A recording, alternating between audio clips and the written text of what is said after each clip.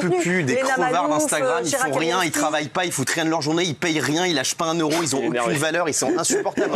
Influenceur, c'est pas un métier. Moi, j'en ai marre du système d'Instagram, de l'apologie du vide, du rien. Qu'on arrête de dire qu'influenceur c'est un métier. Poser en string devant une piscine et rien foutre de ses journées, c'est pas un métier. Vous trouvez ça normal que des gens qui n'ont aucun talent, qui ne foutent rien de leur journée, soient payés 100 000 euros par mois, alors que les gens ils se lèvent à 6 h le matin pour aller travailler? J'ai remarqué que quand je traîne en dehors des réseaux, je tombe souvent sur des discours ultra méprisants sur les métiers de l'influence. Pour pas mal de gens, l'influence c'est pas vraiment un métier et pour plein d'autres, ça mérite pas autant d'argent. Dans les discours les plus virulents, on considère même les influenceurs comme des parasites. D'ailleurs, on se désole que les enfants veuillent devenir youtubeurs plutôt qu'astronautes et je ne compte plus le nombre d'articles condescendants qui relayaient l'info. C'est pourtant un super métier de faire des vidéos YouTube. Alors aujourd'hui, on va répondre enfin à une question que tout le monde se pose. Est-ce que les influenceurs gagnent trop d'argent? On va comprendre pourquoi la société en veut autant aux influenceurs et comment ils font pour se faire pardonner sur les réseaux. On va aussi voir comment l'influence est devenue un nouvel idéal de réussite contestable. Je suis Sabine et je vous aide à prendre du recul sur les contenus que vous consommez. Et puisqu'on parle de comment les influenceurs se font de l'argent, je pense que c'est le bon moment pour vous présenter le partenaire de cette vidéo. Oh, désolée. Oui, allô? Non, je suis pas intéressée par un nouvel opérateur Wi-Fi. Mais je comprends pas, tous les jours vous m'appelez et tous les jours je vous dis que je suis pas intéressée et stop là, non? Franchement, je comprends pas comment ces gens ils ont mon numéro de téléphone. Eh ben moi je sais.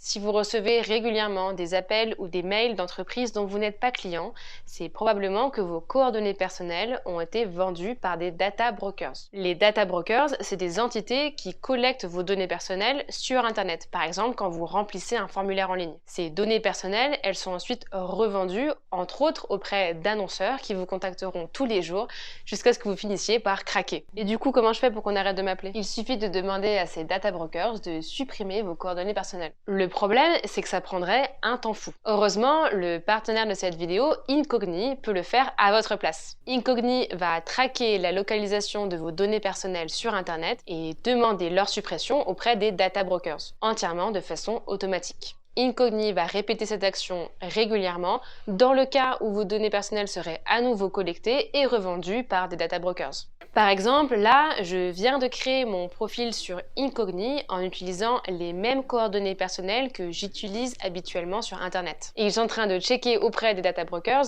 qui a bien pu vendre mon numéro de téléphone à des fournisseurs de Wi-Fi. Je peux suivre le process directement depuis mon dashboard et si je veux avoir le détail des data brokers, il me suffit de cliquer sur l'onglet à côté. En cliquant sur le lien en description, vous pourrez bénéficier de 60% de réduction sur l'abonnement annuel avec 30 jours d'essai satisfaits ou remboursés. Merci encore à Incogni de sponsoriser cette vidéo. Le métier d'influenceur, c'est vraiment un métier qu'on place assez bas sur la pyramide du respect. Et un job aussi méprisable ne devrait même pas gagner d'argent. À chaque fois qu'un influenceur parle de son métier, il y a toujours quelqu'un pour lui rappeler que sa simple existence est un affront à tous les autres métiers. Et surtout à ceux qui gagnent moins. On reproche par exemple aux influenceurs d'avoir un job facile par opposition aux métiers durs physiquement comme travailler à l'usine.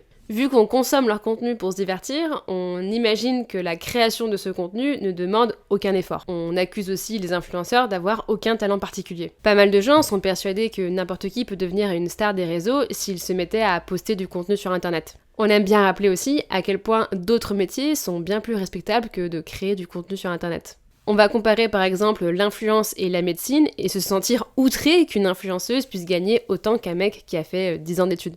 Et enfin, on reproche aux influenceurs d'être tout simplement inutiles, au contraire de tous ceux et celles qui travaillent au bon fonctionnement de la société, comme les caissiers, les aides-soignants.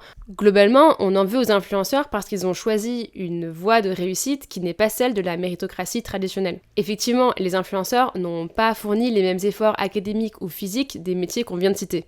Mais je trouve que pas mal de ces reproches sont assez hypocrites. Je trouve qu'on a un peu tendance à utiliser les métiers pénibles physiquement juste dans le but de rabaisser les influenceurs, et que trop peu de gens militent pour que ces métiers soient effectivement mieux payés. Et quant à la comparaison influence et médecine, je trouve que c'est plutôt le symptôme d'un certain élitisme. En fait, on en veut à des gens issus de milieux populaires ou créant du contenu populaire de bien gagner leur vie. Ces reproches ne sont pas non plus dénués de sexisme. Parce que je trouve que les influenceuses sont souvent à la croisée de tous les reproches. Qu'elles fassent un contenu lifestyle, mode, beauté ou pire, sexy, elles sont toujours accusées d'avoir le job le plus inutile, le plus facile et surtout le moins respectable. Lui, c'est l'algorithme, et c'est lui qui décide de qui aura de la visibilité. Je vois passer des vidéos de meufs qui dansent avec des millions de vues, pendant ce temps on taffe sur des gros projets et on floppe.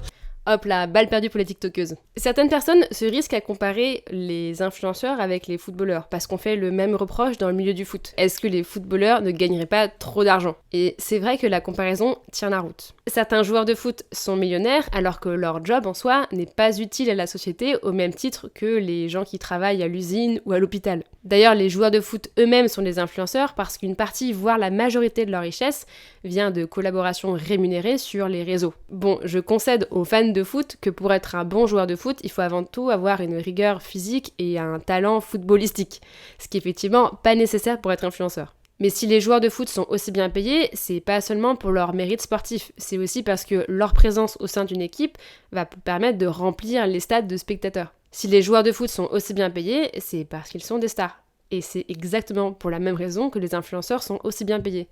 Ce sont des stars.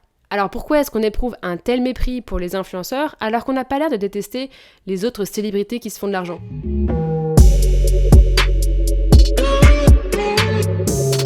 On parle de thunes, mais est-ce que ça gagne vraiment de faire de l'influence ? Apparemment, pas tellement. Les gens imaginent que le salaire moyen d'un influenceur ou d'une influenceuse, ça se situe autour de 20 000 € par an.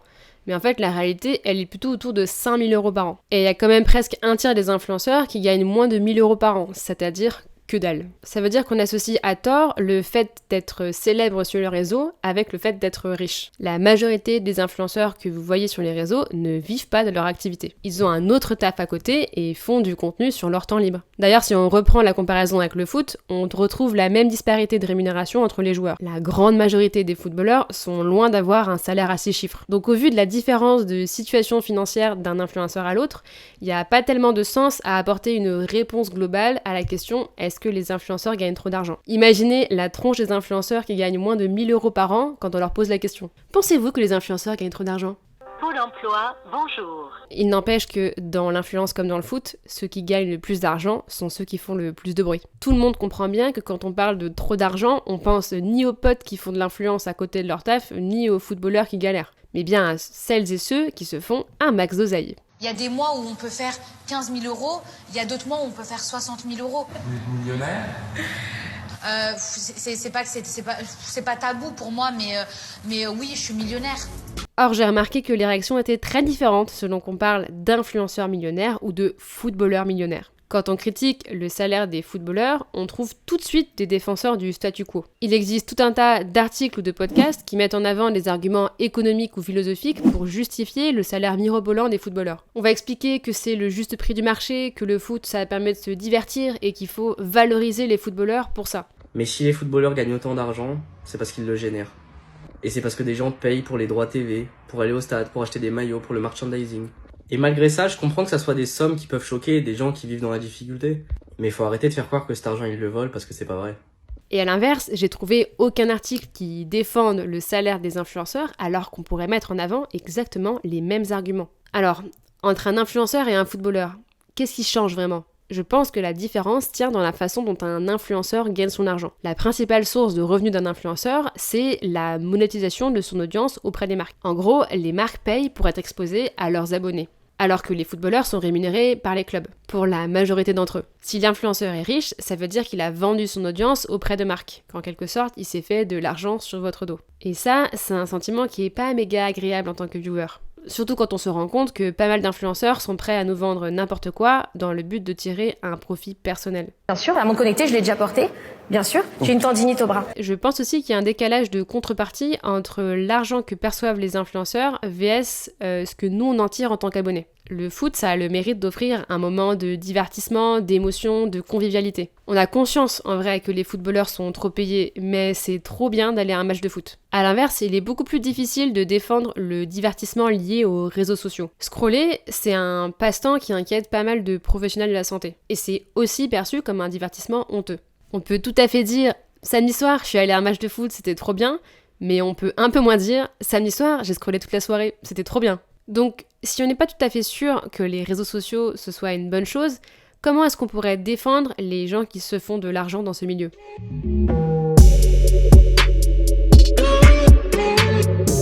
Il y a quelque chose de très paradoxal dans notre relation aux influenceurs. On a envie que les influenceurs que l'on suit produisent plus et gagnent de l'argent, et en même temps, on leur en veut de se faire de l'argent. Et j'ai l'impression que c'est un paradoxe auquel tous les créateurs de contenu se confrontent à un moment donné de leur carrière. Quand on est un influenceur qui s'enrichit, il y a donc plusieurs stratégies possibles pour se faire pardonner auprès de ses abonnés. La première, c'est de prouver qu'en tant qu'influenceur, on s'est fait de l'argent parce qu'on le mérite. Qu'être influenceur, ça nécessite une certaine dose de travail et de sacrifice pour y arriver.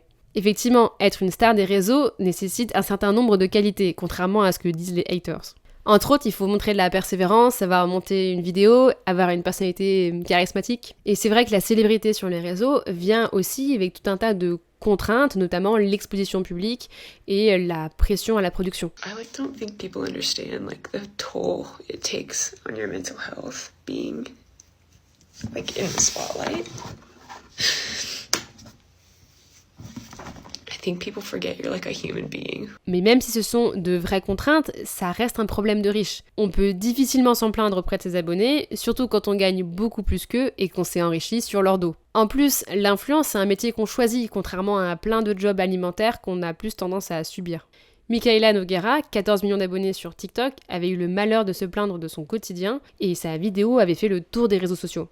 Try being an influencer for a day, because the people who say it's easy are so far out of their minds. I literally just finished work and it's 5:19. Yes, difficile de se plaindre de son job d'influenceur sans paraître totalement déconnecté de la populace. If it really is that hard and just grueling work, who's putting a gun to your head?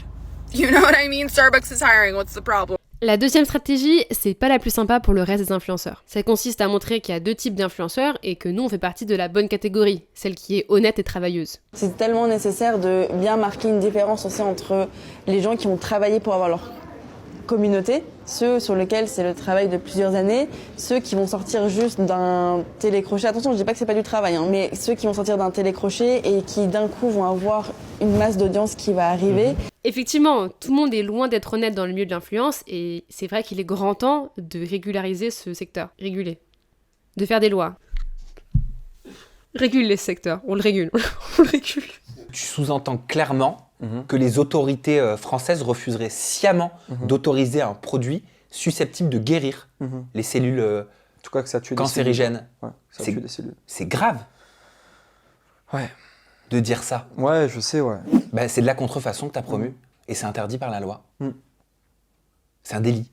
Mais je remarque que les discours des créateurs de contenu pour se différencier des influ-voleurs dénotent toujours d'un grand mépris pour ces personnes et pour le contenu qu'elles créent. Les créateurs de contenu considèrent ces gens comme des arrivistes et leur contenu comme du contenu poubelle. Dans le débat sur la réglementation du business de l'influence, il y a beaucoup de jugement moral sur qui mérite ou qui ne mérite pas de gagner de l'argent dans l'influence.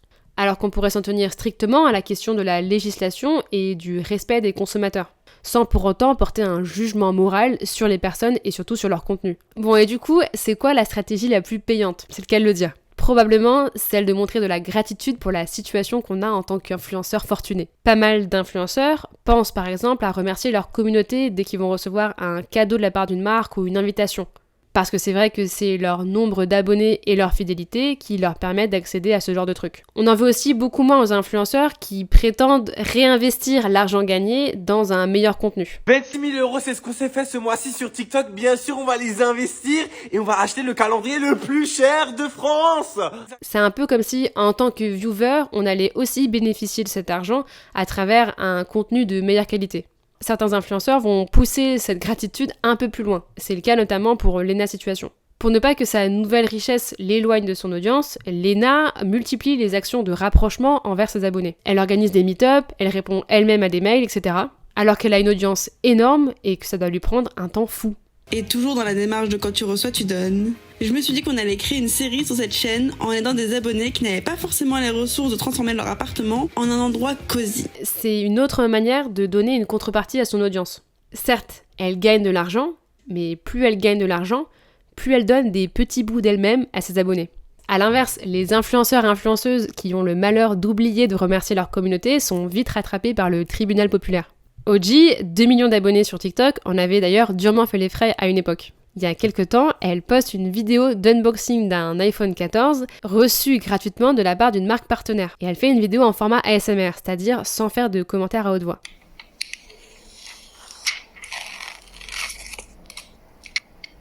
Et son attitude, qui était pourtant le format de la vidéo, a été interprétée comme un manque d'enthousiasme de sa part. Et les commentaires n'y vont pas de main morte. Même pas un sourire. C'est dur d'être influenceur, hein. Plus t'es riche, plus on t'offre des cadeaux. Ils ont de l'argent pour l'acheter, mais on leur offre des gâtés. Dur d'être un influenceur à succès. Faut toujours garder en tête que passé un certain stade de notoriété et de richesse, il y a de fortes chances que ta propre audience se retourne contre toi. Il y a une frontière fine entre le moment où ta communauté veut t'aider à réussir et le moment où elle va t'en vouloir d'avoir réussi. Et mieux vaut sentir le basculement sous peine de passer un très mauvais moment. Ceci dit, je comprends complètement pourquoi il y a une telle ambivalence envers les influenceurs qui ont une telle célébrité.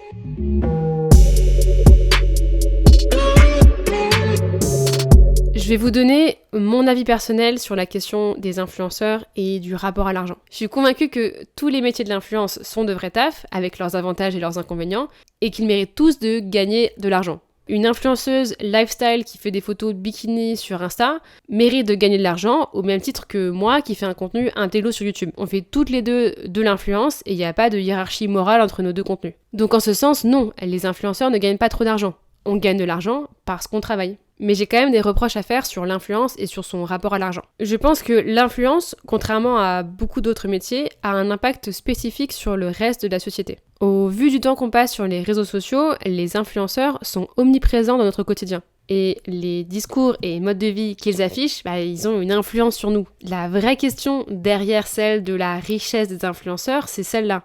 Quel modèle de vie on a envie de voir sur les réseaux. Il y a effectivement énormément de thunes chez certains influenceurs et influenceuses. Et ça propage un idéal de consumérisme qui va à l'encontre de mes valeurs personnelles à moi. Et ça, c'est pas juste un problème de quelques influenceurs millionnaires. Beaucoup d'influenceurs qui sont loin de gagner ces sommes-là propagent à leur échelle le même idéal de consumérisme. Certains influenceurs font par exemple semblant de voyager en jet privé, d'aller à Coachella ou d'acheter des vêtements de luxe. Simplement dans le but de flexer sur les réseaux. I guess it's to give the impression that the influencer has somewhat of a celebrity status or is successful enough to have been invited onto a private jet. Est-ce qu'on a encore envie, en 2023, de voir des gens devenir millionnaires ou faire semblant de le devenir et de dépenser leur argent sans aucune considération écologique ou sociale? Est-ce que c'est encore ça qui nous fait rêver? Et même chez les influenceurs qui cherchent pas à être pris pour des gens riches, je trouve qu'il y a aussi une perte du sens de la mesure. Personne n'en veut à Cyril de dépenser autant d'argent dans des produits de luxe, parce qu'il le fait pour nous divertir. Oh mon dieu, mon calendrier, mon blanc que j'ai acheté à 5100 €, il est venu! Mais est-ce que vraiment le divertissement justifie le fait d'acheter autant de trucs de luxe qui ne servent à rien? Je pense qu'en tant qu'influenceur, on a une certaine responsabilité à montrer un mode de vie qui est conscient des enjeux actuels. Beaucoup d'influenceurs justifient leur richesse par un discours genre je me suis fait tout seul, blablabla, blablabla. C'est vrai, l'influence permet de devenir riche sans passer par le système académique qui est profondément inégalitaire. Mais pour moi, même s'il y a de belles réussites sur les réseaux, ça ne doit pas cacher la précarité de ce secteur pour beaucoup de personnes. L'influence, c'est pas un fast-track vers la richesse et la célébrité pour tout le monde. Comme dans le reste de la société, les mêmes systèmes d'oppression et les mêmes privilèges s'appliquent dans l'influence. Trop de créateurs de contenu racisés n'ont pas accès aux mêmes opportunités business auxquelles moi j'ai accès en tant qu'influenceuse blanche. Depuis 2020, plusieurs influenceuses américaines s'élèvent contre les discriminations raciales qu'elles subissent dans leur métier. En particulier, le fait que certains partenariats ne soient pas rémunérés alors que ces mêmes partenariats le sont pour des influenceuses blanches. Le compte Insta Influencer Pay Gap cherche justement à lever le voile sur le business obscur des collaborations sur les réseaux. Sur le compte, les influenceuses sont invitées à partager les conditions des deals qu'on leur propose en précisant leur nombre d'abonnés ainsi que leur couleur de peau. Cette initiative a pour objectif de permettre à toutes de connaître les vrais prix du marché et d'avoir des outils pour être payées au juste prix. En France, le sujet est encore très tabou et on manque de statistiques pour comprendre l'ampleur des inégalités dans l'influence. Mais certaines créatrices de contenu commencent à s'exprimer dans les médias et sur les réseaux pour dénoncer une différence de traitement dans le milieu de l'influence selon la couleur de peau. Sans parler des algorithmes qui mettent en avant majoritairement des personnes blanches, minces et dans la norme. Bien sûr que certains créateurs de contenu ont réussi malgré toutes les discriminations auxquelles ils ont pu se confronter. Mais pour un créateur de contenu qui réussit à devenir millionnaire, il y a combien d'influenceurs qui galèrent à en vivre? Tant qu'on reste bloqué sur l'idée que le monde de l'influence brasse énormément de thunes, on est incapable de voir les discriminations et les inégalités qui existent dans ce milieu. Or, c'est important de le faire. Permettre à tous les groupes sociaux de percer sur les réseaux, c'est permettre à tous et à toutes d'être représentés sur Internet. Le devoir de représentation, c'est pas juste pour le cinéma ou pour les séries, ça doit aussi se faire sur les réseaux parce qu'ils sont devenus incontournables dans notre société. Je finis cette vidéo en vous parlant de moi et en étant transparente sur ma situation financière, vu que c'est le sujet de la vidéo. J'ai vécu cette année de création de contenu à 99% sur mon allocation chômage, comme plein d'autres créateurs et créatrices de contenu. 7% d'ailleurs, le chiffre le dit. Je commence à avoir des partenariats, ce qui est hyper cool. Je finis mon chômage en septembre prochain, là, donc dans genre 2 mois. Et j'espère que d'ici là, j'arriverai à avoir un peu plus d'argent et pouvoir vivre de ma création de contenu. On touche du bois. Donc si vous souhaitez m'aider à continuer de faire ce métier, la meilleure façon de me soutenir, c'est de commenter cette vidéo, de la partager et de vous abonner à cette merveilleuse chaîne. Et je vous invite aussi à me suivre sur Insta, parce que sur Insta, toutes les semaines, on commente ensemble des vidéos que je sélectionne sur TikTok. J'espère que cette vidéo vous aura fait réfléchir sur les contenus que vous consommez, mais aussi sur les personnes que vous suivez sur les réseaux. En tant que viewer, vous avez le pouvoir d'aider certaines personnes à percer sur les réseaux. Et c'est peut-être l'occasion d'aller liker et partager le taf de gens qui en ont besoin. Et pour finir, merci de ouf de m'aider à faire de la thune. C'est grâce à vous les abonnés. Merci, Merci encore.